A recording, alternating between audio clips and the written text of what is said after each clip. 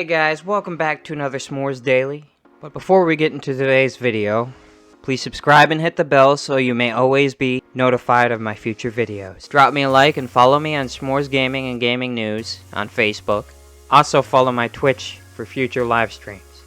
Nintendo hacker sentenced to over 3 years in prison. Nintendo hacker Gary Bowser has been sentenced to 40 months in prison after he pled guilty to piracy charges.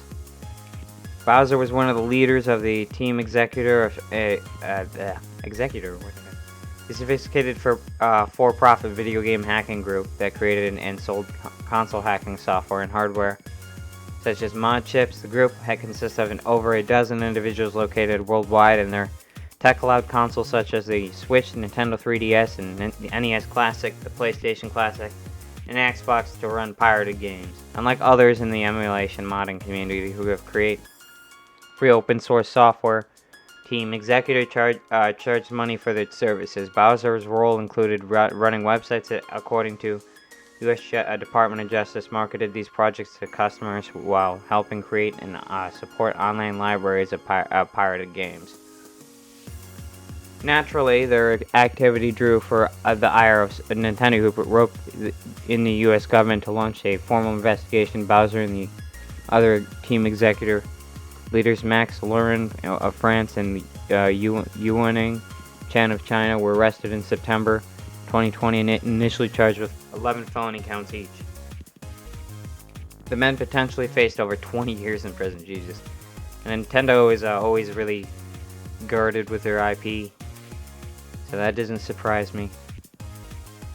I don't know, tell me what you guys think.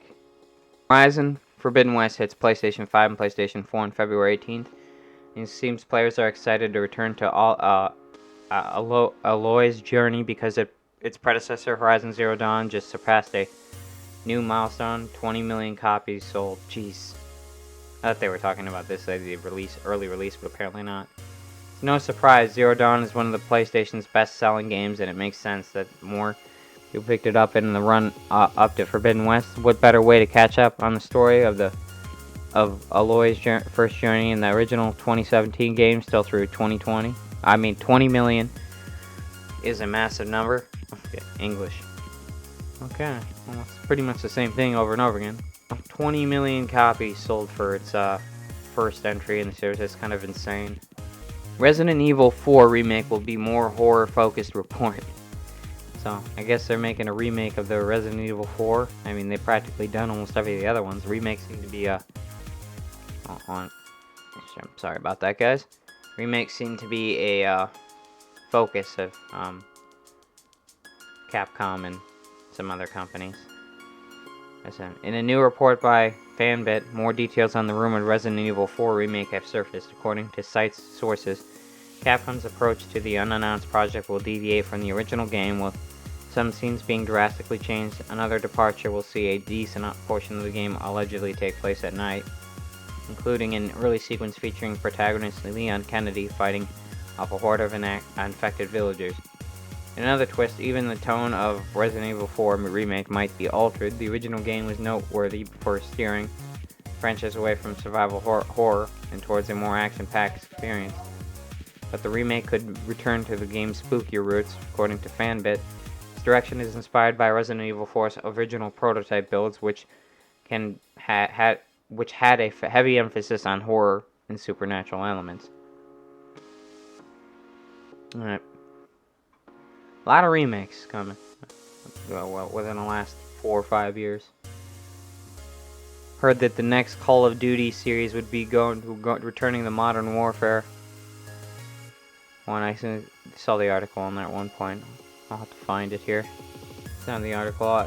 In Call of Duty Modern Warfare 2019 sequel and Warzone 2 officially announced. Yeah, but there wasn't a whole article about that. Let's see if I can find that for you guys. Hopefully this isn't the same thing. Oh, here it is. Call of Duty Modern Warfare 2019 sequel and Warzone 2 officially announced. This year's Call of Duty release will be a sequel to 2019's Modern Warfare. I like that one, to be honest with you. So I actually might get this one. Activision Blizzard announced today it will be developed in tandem with a new Warzone release that will be designed together from the ground up. Call of Duty fans can be expected an all-new play space and a new sandbox mode for Warzone 2, but the Modern Warfare sequel in Warzone will be powered by a new engine. Development on both games will once again be led by Infinity Ward, which previously worked on Modern Warfare in 2019. In Call of Duty Warzone, both games are among the most successful Call of Duty games ever made, with the Warzone in particular becoming a major fixture of the Battle Royale scene.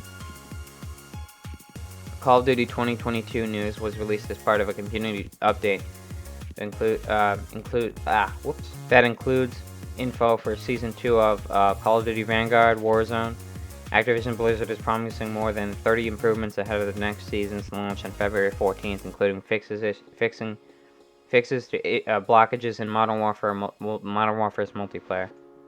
It's quite possible that this next Modern Warfare game will actually probably be one of the first games actually made under the watchful eye of Microsoft, at least some part of its development, so that'll be interesting to see how they do with Call of Duty.